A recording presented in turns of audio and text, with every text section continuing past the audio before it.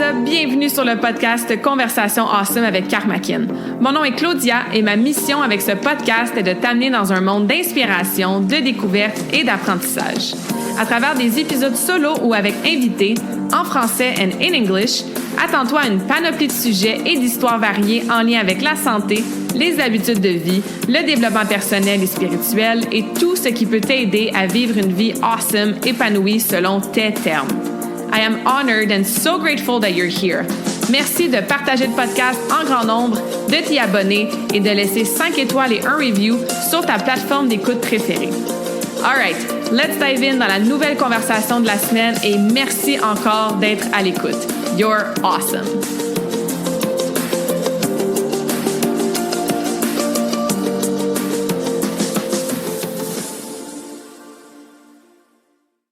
What is up, humain awesome à l'écoute de ce podcast? J'espère que vous allez bien, que vous êtes en pleine forme. Bienvenue dans la nouvelle conversation awesome de la semaine.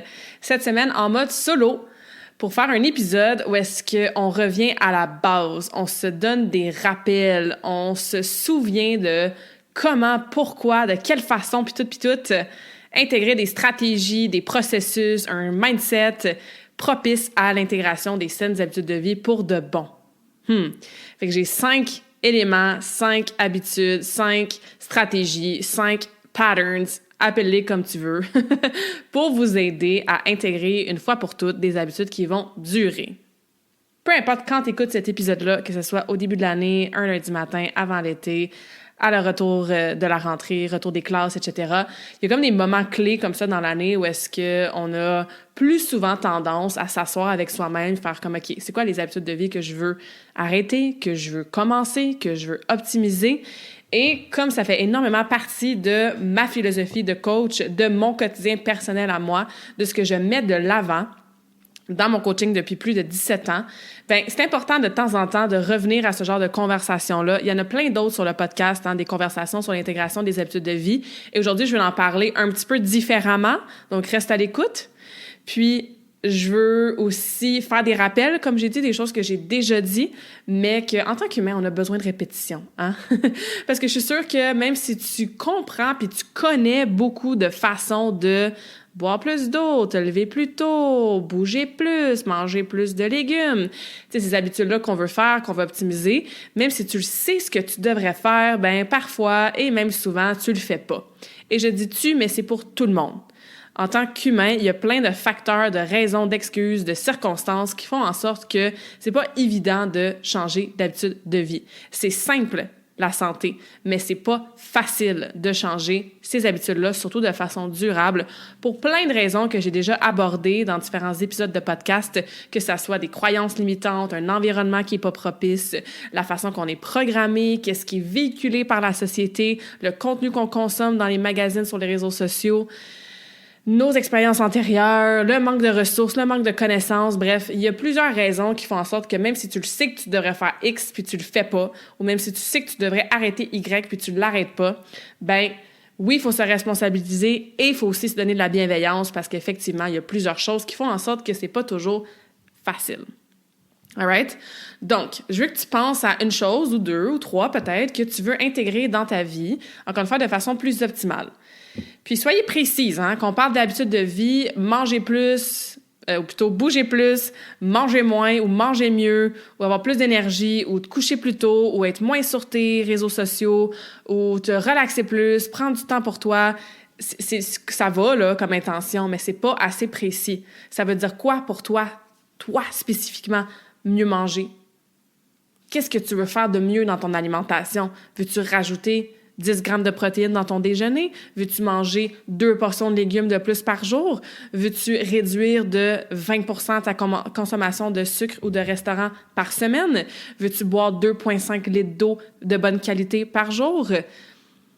Veux-tu t'assurer de ne plus grignoter, par exemple, entre les repas ou le soir après ton souper? Soyez précise dans vos habitudes de vie que vous voulez intégrer, que vous voulez améliorer. Ça va vous permettre d'avoir une direction claire, ça va vous permettre d'établir des stratégies qui vont vous aider concrètement à intégrer ces habitudes-là et bien sûr, ça va vous permettre de mesurer. Ça, c'est des choses que je vais répéter dans mes 5 habitudes qui vont vous aider à intégrer des habitudes. Je vais vous parler aussi du fait que un challenge que j'observe, un défi, un obstacle, une raison pourquoi c'est pas toujours évident d'intégrer des habitudes de vie, c'est que souvent on le garde dans notre tête. On réfléchit à l'habitude qu'on veut changer et ça reste un plan de match dans notre tête seulement. Donc, je veux vous inviter aujourd'hui à commencer à planifier à l'extérieur de votre tête avec des systèmes à l'extérieur de vous pour créer ces circonstances-là, pour créer ces stratégies-là, pour avoir cette aide-là, pour avoir des outils, des modalités à l'extérieur de vous qui sont anticipés, qui sont planifiés, qui sont préparés, qui sont structurés, qui sont intentionnels pour vous aider à l'intégrer l'habitude. Parce que qu'est-ce qui se passe souvent? Hein? On a une réflexion, je sais pas moi, là, l'été s'en vient, si vous écoutez ça au printemps, l'épisode de podcast qui va sortir à peu près au mois d'avril. Pas à peu près au mois d'avril, j'ai pas la date exacte en ce moment. Et là, bon, l'été s'en vient, peut-être que vous allez sortir votre garde-robe d'été, et là, vous rentrez dans vos shirts, vous dites comment j'étais un petit peu de tête, j'ai un petit peu pris de gras durant l'hiver, donc j'aimerais ça perdre 5, 7, 10 livres de gras. Et là, qu'est-ce qui se passe? Vous vous dites ça dans votre tête. Vous dites, OK, ça va être ça mon objectif, je vais mieux manger, je vais recommencer à aller marcher chaque matin, ouais, je vais réactiver mon abonnement au gym, puis je vais arrêter d'acheter, par exemple, du chocolat. Et souvent, ça finit là. Ces bonnes intentions-là, ces bons trucs-là, c'est une très, très bonne idée, là. Si tu veux perdre du gras, de marcher plus, d'aller au gym, de réduire ta consommation de chocolat, on s'entend, c'est des bonnes stratégies, oui. Mais souvent, encore une fois, ça reste dans un discours interne à l'intérieur de soi. C'est un in, à l'intérieur. Il n'y a rien qui se planifie, qui se place à l'extérieur de toi qui va t'aider à mettre en place ces habitudes-là pour que tu puisses atteindre ton objectif, qui est dans ce cas-ci perdre du gras. On reste dans notre tête avec nos objectifs, avec nos stratégies, avec nos habitudes. Et qu'est-ce qui se passe dans notre tête? Il y en a peut-être qui sont partis à rire en écoutant cette question-là. Il y en a peut-être qui ont roulé des yeux. Ouais, il se passe bien des affaires dans notre tête. Hein? On a à peu près 60 000 pensées et plus à tous les jours. La plupart se répètent, la plupart sont négatives, à moins de faire un travail conscient de ce que j'appelle workout de mindset pour prendre le contrôle sur certaines de nos pensées, pour avoir un discours interne qui est positif. À moins de faire ça de façon consciente, régulièrement et constamment, ben c'est ça. Il s'en passe pas mal, les choses dans notre tête. La plupart de ce qu'on répète, ce qu'on vit, c'est parce qu'on se répète et on recrée toujours les mêmes scénarios dans notre tête. Donc, si toi, tu arrives avec un questionnement, une réflexion dans ta tête que, je vais retourner au gym, je vais faire quelque chose de nouveau pour m'aider dans ce nouvel objectif-là, bien, cette pensée-là va se perdre à travers les 60 000 autres pensées qu'eux sont habitués de rouler sur le pilote automatique, sont habitués d'être répétées, sont habitués d'être toujours sensiblement les mêmes. Et si on rajoute à ça que 95 % de nos actions au quotidien sont initiées par notre subconscient, on répète de façon inconsciente, de façon subconsciente et non consciente 95 % de nos actions, de nos décisions, de nos comportements, de nos habitudes, donc au quotidien, bien quand même que tu réfléchis une fois de temps en temps au fait que je vais retourner au gym ou je vais marcher, s'il n'y a pas encore une fois des habitudes, des stratégies, des choses à l'extérieur de toi, des systèmes, bien, ça va être extrêmement difficile. J'espère que là, il y a des petits light bulb moments qui flashent là, dans votre tête. Justement, il se passe des choses dans notre tête. Hein? Des fois, on a des aha moments. Puis c'est ça que je vais vous amener à avoir, entre autres, avec le podcast. Tu sais, il y a comme c'est vrai, hein? Donc, c'est pour ça que les 5 choses que je vais vous parler aujourd'hui, c'est vraiment des choses que vous avez déjà entendues. C'est des choses, effectivement, que j'ai déjà parlé sur le podcast, mais ça va vous permettre de sortir votre objectif, vos habitudes de votre tête pour que ça soit à l'extérieur de vous, pour éviter ce que je viens d'expliquer. La deuxième chose aussi que je veux vraiment expliquer avant de rentrer dans les 5 aspects, c'est l'aspect d'identité. Au-delà de ce que tu veux faire comme nouvelle habitude ou ce que tu veux arrêter de faire comme moins bonne habitude, qui veux-tu être? Qui veux-tu devenir? Ton identité va shifter comment? Quelle version de toi veux-tu, vas-tu, dois-tu incarner pour que ça soit aligné avec l'habitude que tu veux développer? Who do you want to be? Who do you want to become? Grâce à cette habitude-là. Exemple, tu as l'habitude de snoozer le matin. Ton cadran il sonne, tu snoozes tout le temps, 1, 2, 3 fois, ça fait en sorte que tu es fatigué, c'est difficile de starter ta journée, ou justement, tu as tellement repoussé ton moment du réveil que tu es dans le rush, tu te lèves, tu es dans le chaos, tu te dépêches, tu n'as pas ce moment-là calme, donc tu veux te défaire de cette habitude-là de snoozer le matin, pour toutes les bonnes raisons qu'on connaît. Puis tu sais, parenthèse, là, snoozer le matin, là, c'est littéralement, tu es en train de procrastiner ta vie. Moi, j'ai jamais snoozé de ma vie. Je sais qu'il y a comme 2 clans souvent, là, les gens qui snoozent, des gens qui snoozent pas. Et c'est zéro un jugement, hein, parce que c'est des habitudes de vie qu'on développe, tout simplement. Puis on a toutes des bonnes, des moins bonnes habitudes. Mais honnêtement, quand tu snoozes, littéralement, tu remets à plus tard le début de ta journée, donc de commencer ton quotidien puis ta vie, tu sais. Puis là, tu vas me dire, ouais, mais Claudia, dormir puis me reposer dans mon lit, ça fait partie de ma vie. Je comprends. Mais comme, couche-toi plus tôt, fais un power nap, mets ton cadran le plus tard que tu peux pour dormir de façon continue jusqu'à ton cadran, tu sais. En tout cas, mettons qu'on prend cet exemple-là, parce que je sais que ça touche beaucoup de gens, tu sais. Pour revenir à l'identité, est-ce que tu veux devenir une personne du matin? Est-ce que tu veux devenir une personne qui, quand son cadran sonne, elle prend le contrôle, elle commence sa journée? Puis tu peux commencer ta journée avec 5-10 minutes de respiration consciente, de méditation, puis de, oui, relaxer dans ton lit, là, mais en coupant cette habitude-là de snoozer. Dans 9 minutes plus tard, ding, ding, ding, de repartir sur un système nerveux qui est genre, oh my God, qu'est-ce qui se passe? Parce que tu commençais à te rendormir un petit peu, mais 9 minutes, c'est vraiment pas assez long, là, tu sais. Donc, qui veux-tu devenir? Je veux devenir cette personne-là qui part mon matin avec de l'énergie, qui prend le contrôle de mon matin et donc le contrôle de ma journée, qui fait une action alignée avec mes objectifs first thing in the morning. Ça devient mon identité. J'ai pas besoin de me lever à 5 heures, je veux arrêter de snoozer. Donc, l'habitude est arrêter de snoozer. On peut remplacer ça par, dès que mon cadran sonne, je vais m'asseoir dans mon lit. Donc, tu remplaces par une meilleure habitude. Ça peut être de remplacer, comme j'ai dit, par récupération dans le sens respiration, méditation, etc. Mais surtout, quel genre de personne veux-tu devenir? Quelle version de toi dois-tu incarner? Fait que reviens à l'habitude ou les 2-3 habitudes auxquelles tu penses en ce moment que tu veux améliorer dans ton quotidien et pose-toi la question, OK, quel genre de personne je veux être? Comment mon identité doit shifter à travers ça? Tu veux bouger plus, mais tu veux devenir une personne active. Grâce à l'habitude de marcher 10 000 pas par jour ou d'aller au gym 3 fois par semaine. Tu veux mieux manger, puis là, tu as trouvé tes habitudes plus précises. Peut-être que toi, ça équivaut à rajouter 2 portions de légumes par jour. Tu deviens une personne qui prend le temps de faire un petit meal prep le dimanche puis de couper ses légumes. Tu deviens une personne qui est consciente de sa portion de légumes, de son alimentation équilibrée, variée en termes de vitamines, minéraux, etc. Et quand on devient cette personne-là, quand on incarne au niveau identitaire ça, les habitudes viennent avec. Quelqu'un qui s'identifie comme une coureuse, je te jure que c'est assez facile pour elle d'intégrer la course dans ses habitudes de vie. Il y a des fois que ça ne tentera pas, mais là, on ne parle pas de motivation, on parle de l'intégration de l'habitude de vie. Puis on ne veut pas rester attaché non plus à cette identité-là, hein? Parce que, par exemple, tu es une coureuse, puis à un moment donné, la course, c'est plus pour toi, pour plein de raisons super valables, mais tu vas être capable aussi de shifter, évoluer dans tes identités, dans tes versions de toi, si tu n'aimes pas le mot identité parce que tu trouves que c'est trop attaché à l'ego, tu sais.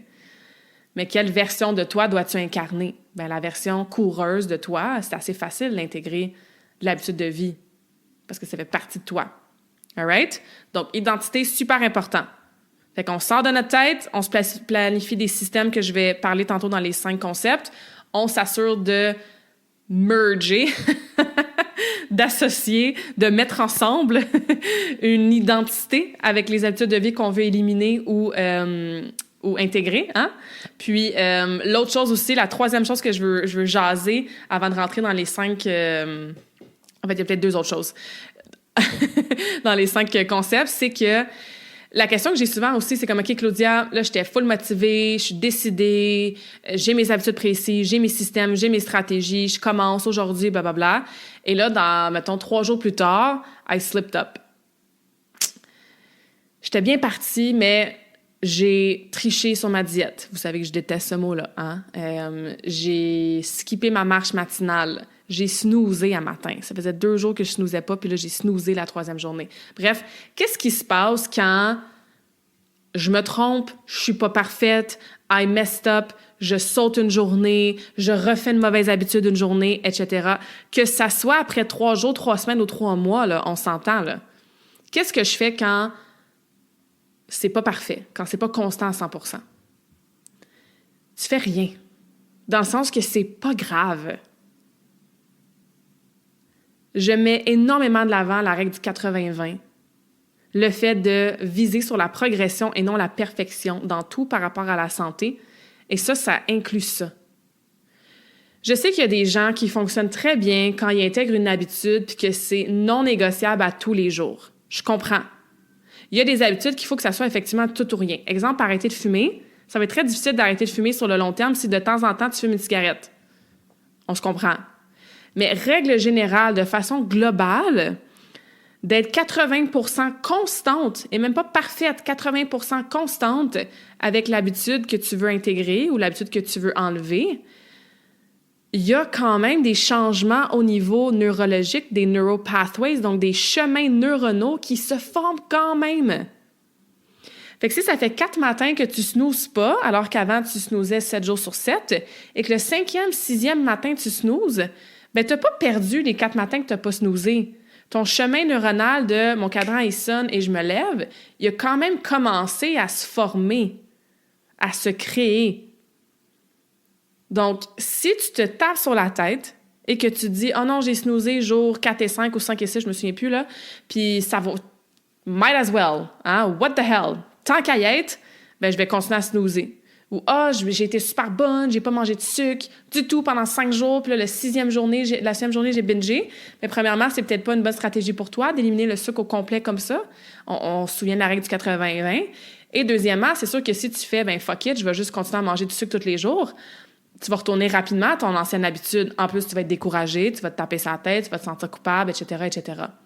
Alors que si tu fais rien, dans le sens que si tu slip-up, si tu sautes un workout, si tu snoozes, si tu manges du sucre et que tu l'acceptes, que c'est fait, que tu ne peux pas retourner en arrière puis reprendre cette décision-là, ce comportement-là, et que là, tu as le contrôle et la responsabilité sur ce que tu vas faire moving forward, et que le lendemain, ben, tu continues d'essayer, puis que tu snoozes pas le lendemain matin, puis que tu manges une pomme au lieu de manger une Kit Kat, puis que tu vas marcher, même si tu as skippé ta marche la veille, ça va continuer de progresser. Ton chemin neuronal va continuer de se créer. Passe à d'autres choses. Accepte-le. Pardonne-toi si t'es vraiment dur avec toi-même et ne t'en fais pas.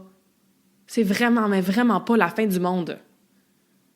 Profite du fait que tu as dormi 9 minutes de plus. Profite du fait que la Kit Kat, mon Dieu, que ça goûtait bon. Profite du fait que ça te tentait de chiller puis pas prendre ta marche.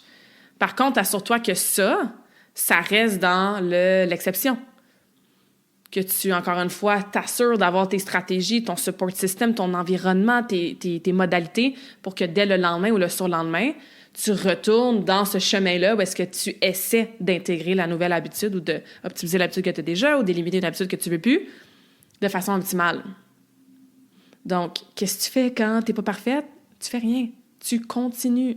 Tu te souviens de tes objectifs, tu te souviens de ton why. Tu n'en fais pas un méga deal. Puis tu réessaies le lendemain, tout simplement. All right? Là, la dernière chose que je veux jaser avant de rentrer dans les 5 affaires, c'est le concept, puis pas juste un concept, la réalité de la fameuse fatigue décisionnelle. Decision fatigue. J'ai écouté un épisode de Mel Robbins il n'y a pas si longtemps où est-ce qu'elle parlait justement de la routine du soir et pourquoi c'est si difficile le soir de prendre des décisions puis de faire des choix qui sont alignés avec nos objectifs. Le matin, on se réveille puis on a plein de bonnes intentions, on fait nos petites habitudes de vie matinales qui vont nous aider avec notre santé, la journée avance, blablabla. Et le soir, c'est effectivement bien difficile de se motiver, de sortir dehors, d'aller prendre notre marche, de cuisiner nos lunchs santé pour le lendemain, de même des fois, genre se laver le visage puis se démaquiller comme il faut. Entre autres parce qu'il y a une fatigue décisionnelle qui s'installe et, allez le voir, là, c'est vraiment un vrai terme là, qu'on utilise, qui indique en fait que suite à avoir pris plusieurs décisions, dans une période donnée et plus la journée avance, bien, cette fatigue-là fait en sorte que ça devient de plus en plus difficile par la suite de prendre des décisions. Et là, si tu te dis, ben Claudia, je prends pas vraiment tant de décisions que ça dans ma vie, là, je suis pas genre PDG d'une méga entreprise que j'ai des grosses décisions à faire tout le temps. C'est pas juste de ça qu'on parle. Il y a tellement de micro-décisions qu'on prend à tous les jours. Et même s'il y en a beaucoup qui sont sur le pilote automatique, comme je vous ai dit, le subconscient contrôle automatiquement beaucoup de nos comportements puis tout ça, bien, il y a quand même cette décision-là qui est prise. Exemple, est-ce que je snooze ou je me réveille? Est-ce que je médite dans mon lit, couché ou assise? Est-ce que je fais cette méditation guidée-là ou l'autre sur YouTube? Est-ce que je mets mon chandail ou ma blouse? Est-ce que j'attache mes cheveux ou je les laisse lousses? Est-ce que je mets mes boucles d'oreilles ou je les change pas? Est-ce que dans mon smoothie, je mets des épinards ou, je sais pas moi, une banane? Ou les deux?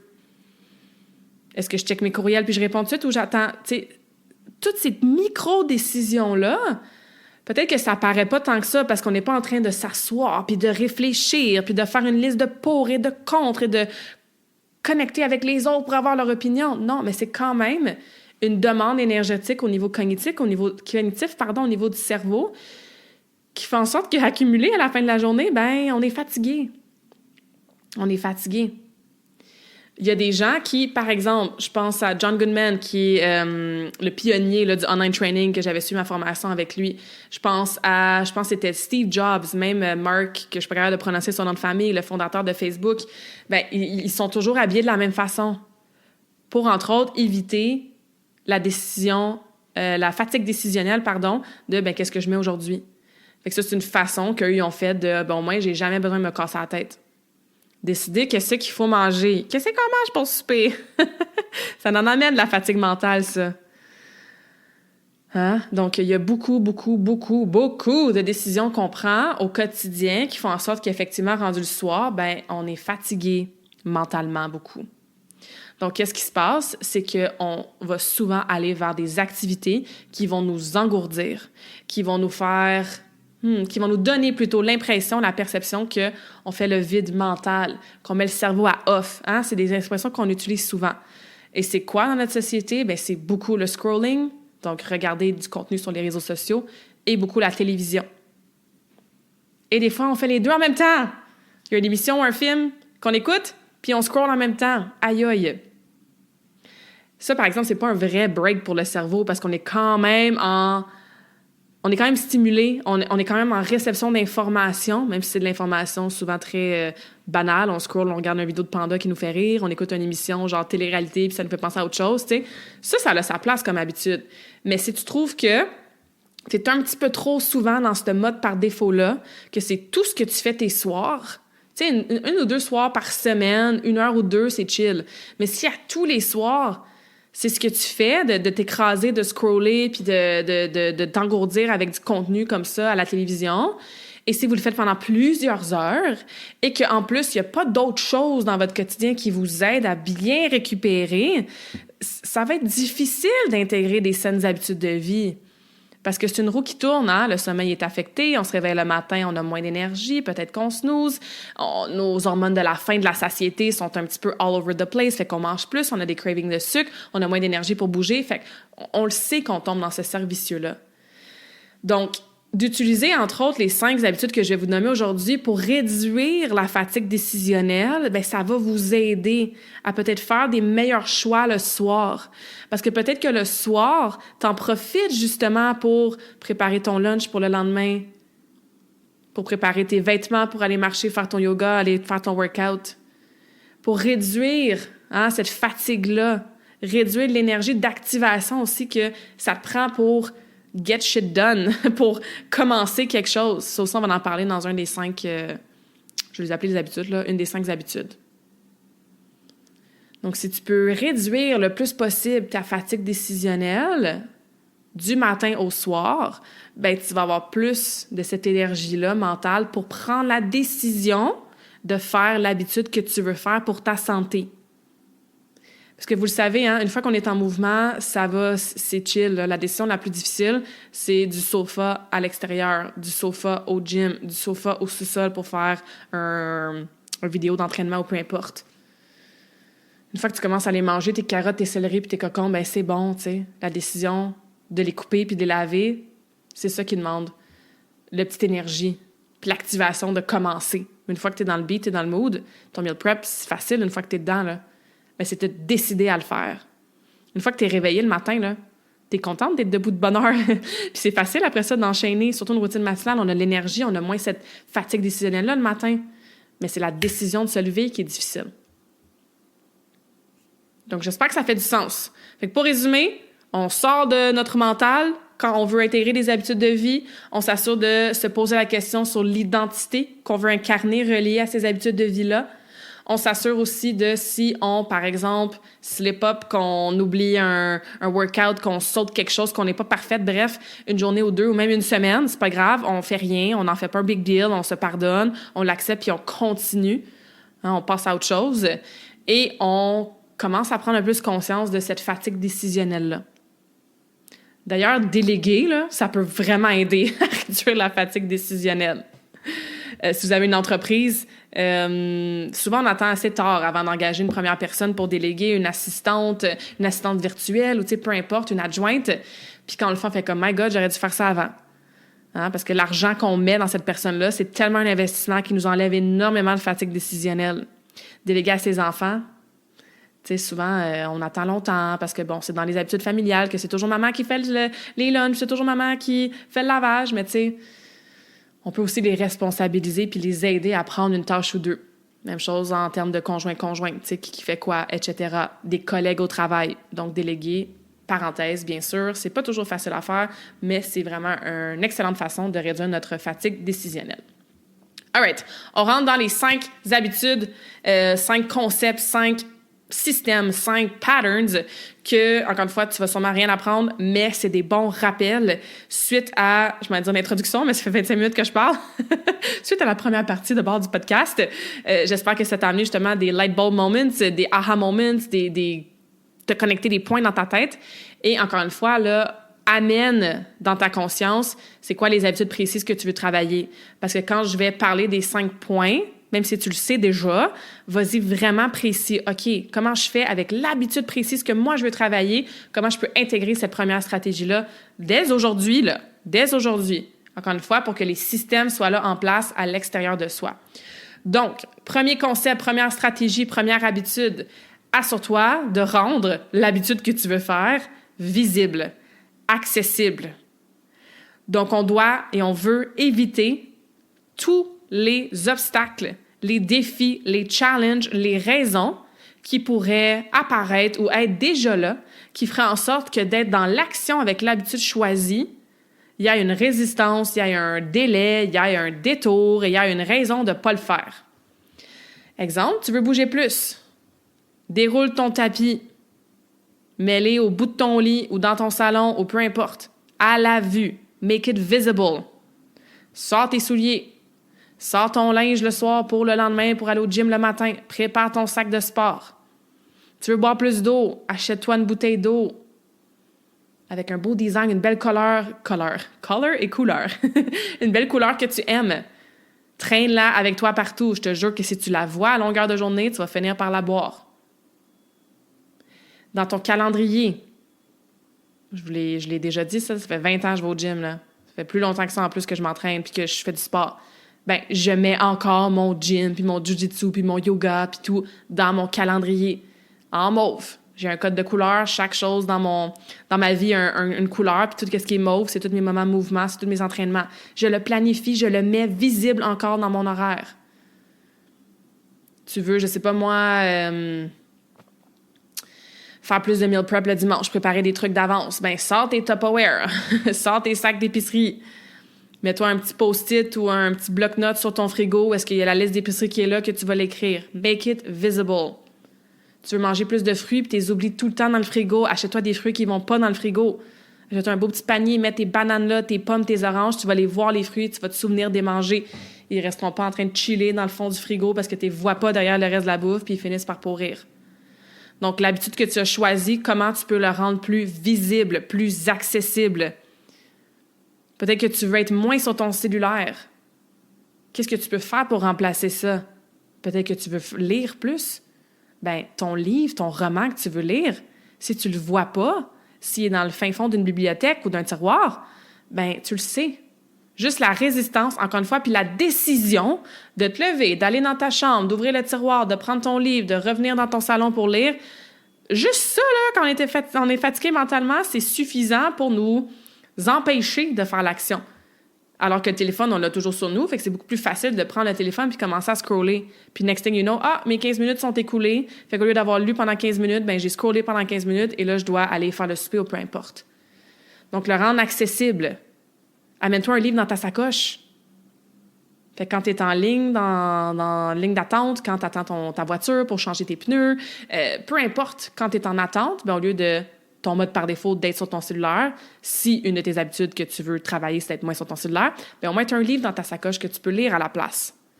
Donc, make it visible, accessible, facile d'accès, là, dans ta face. Deuxième stratégie, concept, système, c'est le contraire. Le reste, tu le caches. Les habitudes que tu ne veux plus faire ou que tu veux réduire, tu le caches. Donc, ton téléphone, sors-les de ta chambre à coucher. Ouais, mais Claudia, c'est ce que j'utilise pour mon cadran. OK, moi, j'ai un cadran, ça doit faire 20 ans que je l'ai. De toute façon, je me réveille jamais avec un cadran, mais il est toujours là quand même, que j'ai payé genre 10 $, je me souviens plus où, mais comme dans un magasin, c'était vraiment pas cher. Puis si j'ai besoin de mon cadran parce que je m'en vais à l'aéroport à 3 h du matin ou peu importe, ben je sais que le cadran va sonner, tu sais. Ou, à la limite, mets-les sur le mode avion. Fait que dès que tu rentres dans ta chambre à coucher, enlève le Wi-Fi, mets-les sur le mode avion, mets-le là, mais il n'est pas accessible. Cache-le dans ton tiroir, mets ta sonnerie assez fort pour que tu entendes ton alarme. Mais cache la tentation, cache l'accessibilité. Même chose pour la nourriture. S'il y a des gens dans votre famille, votre conjoint, vos enfants, qui, eux, ben, ils en mangent des chips et du chocolat, puis blablabla, cool. Comment est-ce que toi, tu peux mettre ça dans un armoire que toi, tu vas pas souvent? Peut-être le mettre derrière des collations qui sont plus saines pour toi ou derrière tes petits sachets de thé ou peu importe. Parce qu'encore une fois, quand tu arrives le soir, tu es fatigué mentalement, puis que tu ouvres la porte, puis là, ça te saute tout d'en face, puis ça crie ton nom, hein? Le chocolat, les bonbons, les chips, bien, c'est dans ta face. Donc, comment tu peux cacher ça pour toi-même? Avec une intention positive. Hein? Ça aussi, on ne veut pas tomber dans des patterns j'appelle ça de l'alimentation un peu troublée ou une mauvaise relation avec la nourriture, là. Puis voilà, mais trouver une façon de cacher ça. Si tu snoozes le matin, ben ton téléphone ou ton cadran, mets-le l'autre bord de ta chambre. Au lieu qu'il soit juste à côté sur ta table de nuit, que tu fais juste un petit piton puis tu retournes endormi, ben tu n'as pas le choix de te lever de ton lit pour aller snoozer, pour aller arrêter l'alarme. Fait que là, tu es déjà debout, fait que tant qu'à y être, go, je vais faire ma journée, tu sais. Tu vas arrêter de fumer, tu vas arrêter de boire d'alcool, ben achète-en pas, tu sais. Et pas d'alcool chez toi. Ouais, mais Claudia, c'est pour la visite. Ben, quand tu auras de la visite, tu iras en acheter cette journée-là. Ouais, mais mon conjoint en prend. OK, il peut-tu en mettre dans le frigo, dans le garage peut-être, ou dans le frigo, dans le sous-sol que toi, tu vas pas, tu sais? Donc, cacher qu'est-ce qu'on veut moins faire, c'est sûr que ça nous aide. Out of sight, out of mind sometimes, hein? L'expression en anglais. Troisième stratégie, système. En fait, avant d'aller là, les deux premières, là, ça revient de façon extrêmement rapprochée, alignée, pertinente pour ce que je parlais par rapport à la fatigue décisionnelle. Parce que si c'est visible dans ta face, genre tu sors de ton lit, ton tapis de yoga, il est déjà là, ben tu n'as pas une décision à prendre de « Ah, je vais aller chercher mon tapis ou je vais le dérouler ». C'est déjà fait pour toi. Si tu mets en avant de ton frigo ou sur ta table des fruits qui sont facilement accessibles, visibles, puis la décision de comme « Ah, qu'est-ce que je pourrais manger? Ils sont là, c'est dans ta face. » Tu le prends, tu réfléchis pas, puis tu manges ta banane. Si tu as ton téléphone toujours dans ta face, dans tes poches, au lieu de le cacher de temps en temps, de ne pas l'amener avec toi des fois, de le pas le mettre dans certaines pièces dans ta maison, ben, encore une fois, tu réduis ta fatigue décisionnelle de « Ah, je scrolle-tu pas, je check-tu mes emails, je check-tu pas mes emails. » Il est pas là, tu n'as pas accès. Fait que tu prends la décision rapidement de lire un livre à la place. Fait que tout ça, là, de make it visible, puis de hide the rest, là, de le rendre visible, accessible, puis de cacher le reste, intimement relié, encore une fois, à t'aider à rendre service à la future toi et à réduire ta fatigue décisionnelle. Donc, go! C'est des habitudes tellement banales des fois. Ben, voir, Claudia, que je vais préparer mon linge la veille, voir que je vais déjà sortir ma bouteille d'eau puis remplir mon eau avec mon petit sel la veille, voir que je vais déjà, je sais pas moi, sortir mes plats Tupperware pour mon dîner, comme ça le matin, ça va être plus facile. Voir que je vais déjà sortir mon blender pour blender mon smoothie. Oui. Puis à un moment donné, je veux dire, l'habitude va être intégrée. Tu n'auras plus besoin de sortir ton blender la veille, tu n'auras plus besoin de dérouler ton tapis d'avance. Mais quand on est dans l'intégration de l'habitude, d'utiliser ces stratégies-là, même si ça peut paraître banal, pendant minimum 3 mois, non, pas 3 semaines, 3 mois. Au minimum, je pense que les études, c'est 62, 66 jours. Minimum 2 mois et demi, là. 3 mois pour être sûr. Super, super pertinent. All right, troisième chose. Ça aussi, c'est assez classique, assez simple, hein? On veut tracker. On veut faire le suivi. On veut avoir une façon de mesurer si ce qu'on met en action comme stratégie, comme système à l'extérieur de soi fonctionne. Donc, si toi, tu dis, OK, je veux bouger le matin, alors je vais préparer mon linge, stratégie 1. Je vais sortir mon tapis, stratégie 2. Je vais choisir la veille quelle vidéo YouTube ou Body ou peu importe je vais faire, stratégie 3. Et voilà. Et que tu te rends compte qu'après 2 semaines, tu l'as fait juste 2 fois, 2 matins au lieu de 14. Même 14, je te dirais, vise peut-être 10, là, hein, règle du 80-20.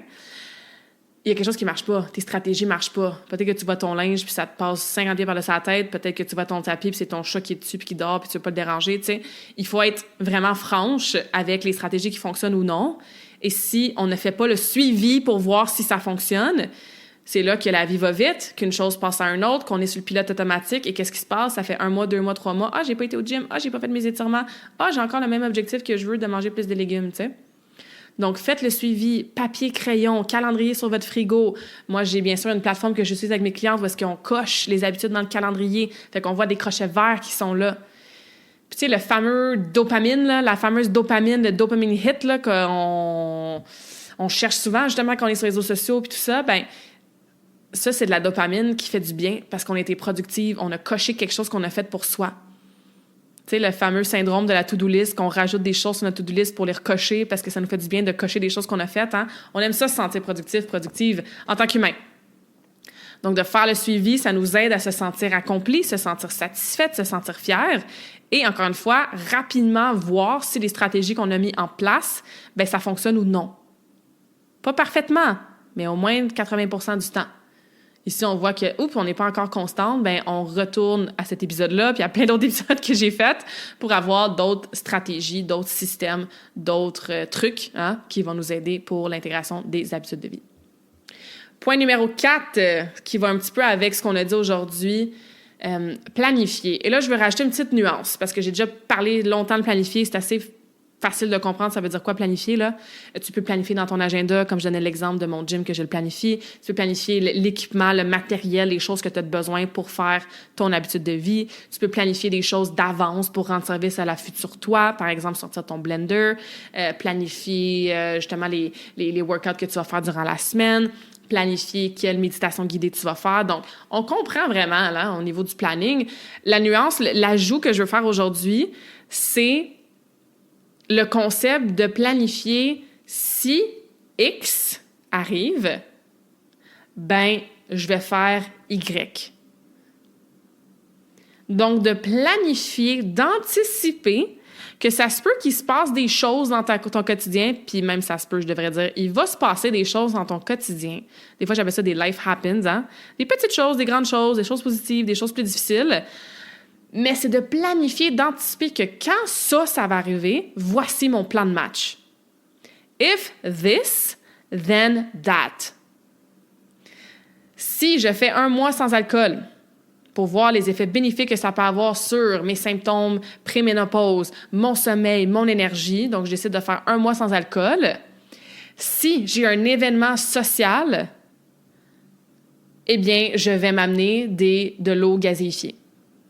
Si je me fais offrir de l'alcool, eh bien, je vais expliquer que je suis super contente de faire 1 mois sans alcool puis que je vais prendre de l'eau à la place. Ou peu importe, un mocktail ou whatever.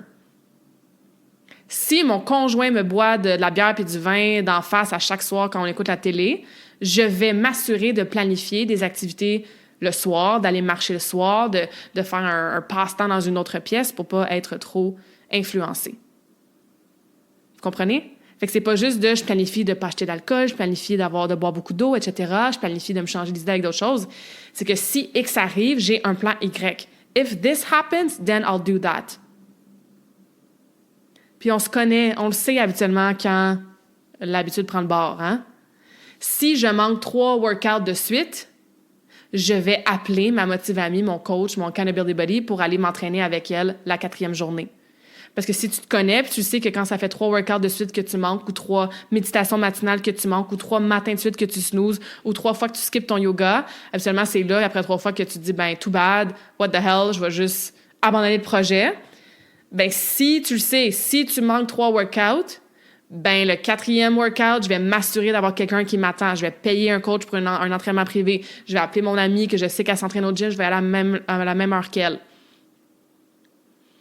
Donc, planifier qu'est-ce qui va se passer dans votre vie qui va amener peut-être un défi de plus pour l'intégration de l'habitude de vie. Comme ça, quand ça va arriver, tu vas être comme « Hey, je suis déjà prête, j'ai déjà planifié. » Puis encore une fois, 80% du temps. Ça se peut que tu manques un 4e jour. C'est correct, ça arrive. Ça se peut que tu prennes une petite gorgée d'alcool parce que cette fois-là, ben, même si tu avais ton plan de match « if this, then that », ben, for some reason, ça n'a pas fonctionné. C'est pas grave. On n'est pas dans les championnats mondiaux puis les Olympiques, là. On est dans un processus personnel d'introspection, d'amélioration de la santé. Donc, plus on fait ce processus-là en mode curiosité, se connaître, essayer, tenter des choses, tester des systèmes, des stratégies, puis qu'on s'analyse, qu'on ressent ce que ça fait, mais le mieux que c'est. Et la dernière idée, stratégie, système.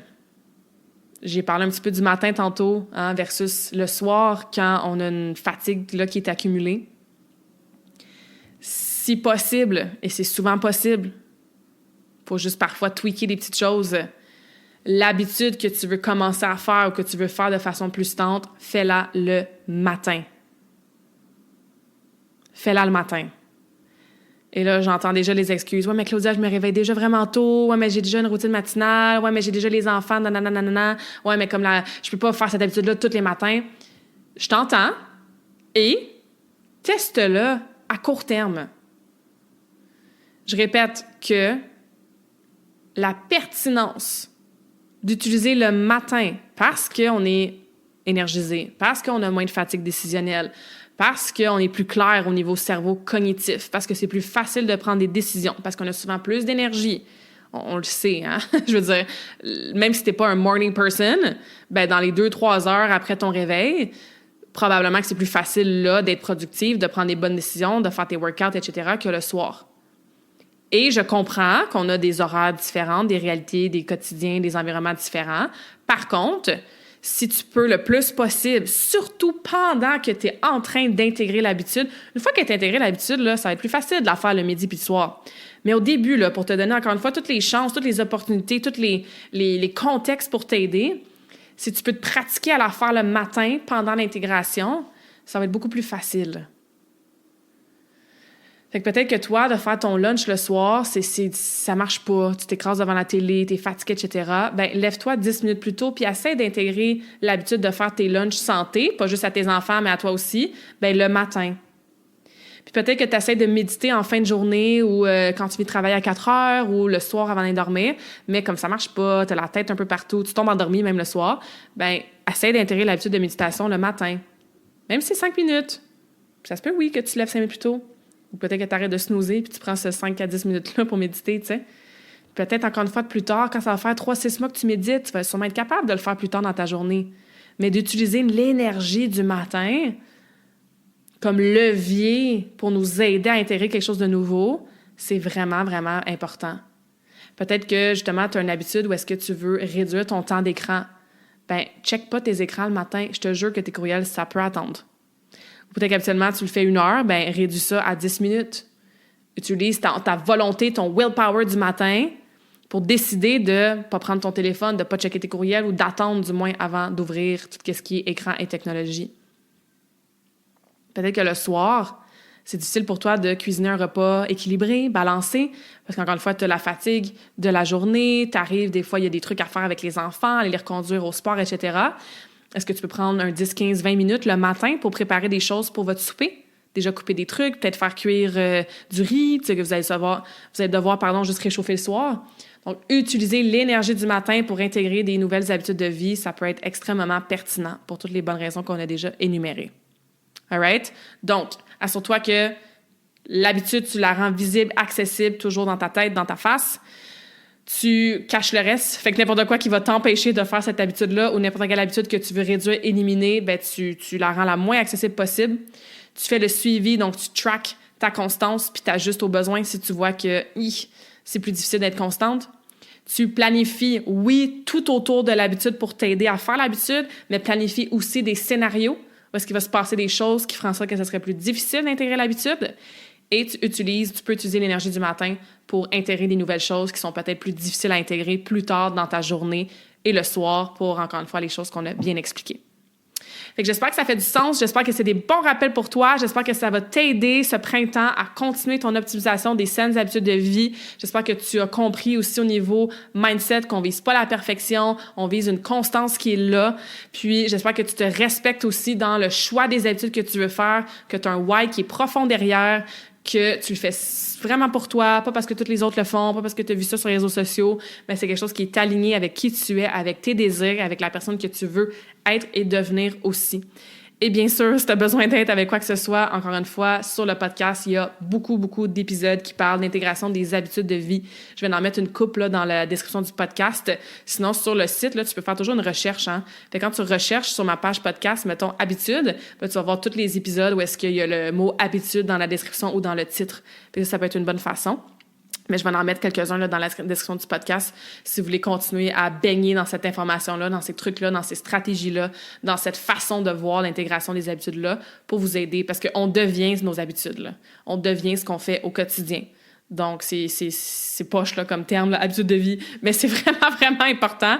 Puis ça se transpose dans tes habitudes en couple, dans tes habitudes avec tes enfants, dans tes habitudes financières, dans tes habitudes dans ta maison, dans ton environnement physique, dans tes habitudes dans ton entreprise, au travail. Fait que, tu sais, on parle beaucoup de santé, mais c'est des trucs, des choses que tu peux bien sûr appliquer à n'importe quelle autre sphère de vie. Fait que c'est vraiment important, puis c'est un sujet que je vais continuer à mettre de l'avant. Fait que merci full d'avoir été à l'écoute. Si vous avez des commentaires, des questions, n'hésitez surtout pas. Si vous avez besoin de plus d'aide vraiment personnalisée, ben j'offre évidemment du coaching one-on-one sur tout ça, sur l'intégration des habitudes de vie sur le long terme. Surtout individualisé à votre réalité quotidienne, à vos intérêts, à votre situation, tout ça. Donc, c'est sûr que quand on a des conseils, des trucs précis adaptés à soi, ben les résultats sont là plus rapidement. Puis en plus, on a le accountability qui est là d'avoir un coach. Donc, j'offre toujours un premier appel découverte, smoothie virtuel, où est-ce qu'on jase pendant 15-20 minutes. Tu me parles un peu de tes objectifs, ta situation, je t'explique un petit peu comment je fonctionne. Si moi, je peux pas t'aider pour X raison, je vais te référer à quelqu'un d'autre. Et si on trouve que c'est un bon match, j'ai différents forfaits, tout dépendant de tes besoins, tes objectifs, ton budget. Donc, une première conversation peut changer une vie, vraiment, peut changer une vie. Fait que gêne-toi pas, reach out, je suis pas gênée, je suis pas gênante, fait que ça me fait plaisir de jaser, sans pression, sans engagement, pour que, effectivement, tu puisses continuer ton processus de saines habitudes de vie. Alors, comme à chaque fin d'épisode, je vous laisse avec un quote, une citation, celle que j'ai choisie pour vous aujourd'hui, puis pour un peu clore le beau sujet des habitudes de vie. Il faut prendre très tôt de bonnes habitudes, surtout celle de savoir changer souvent et facilement d'habitude. Donc, je trouvais ça cute comme clin d'œil à ce qu'on jase aujourd'hui parce que, effectivement, je pense que la meilleure habitude qu'on peut avoir, c'est celle d'être capable de changer nos habitudes de vie. Puis c'est pas facile parce que, comme j'ai dit, c'est simple la santé, boire de l'eau, marcher plus, manger des fruits et des légumes, méditer, se lever tôt, être moins sur nos cellulaires. C'est pas trop compliqué, là. C'est simple.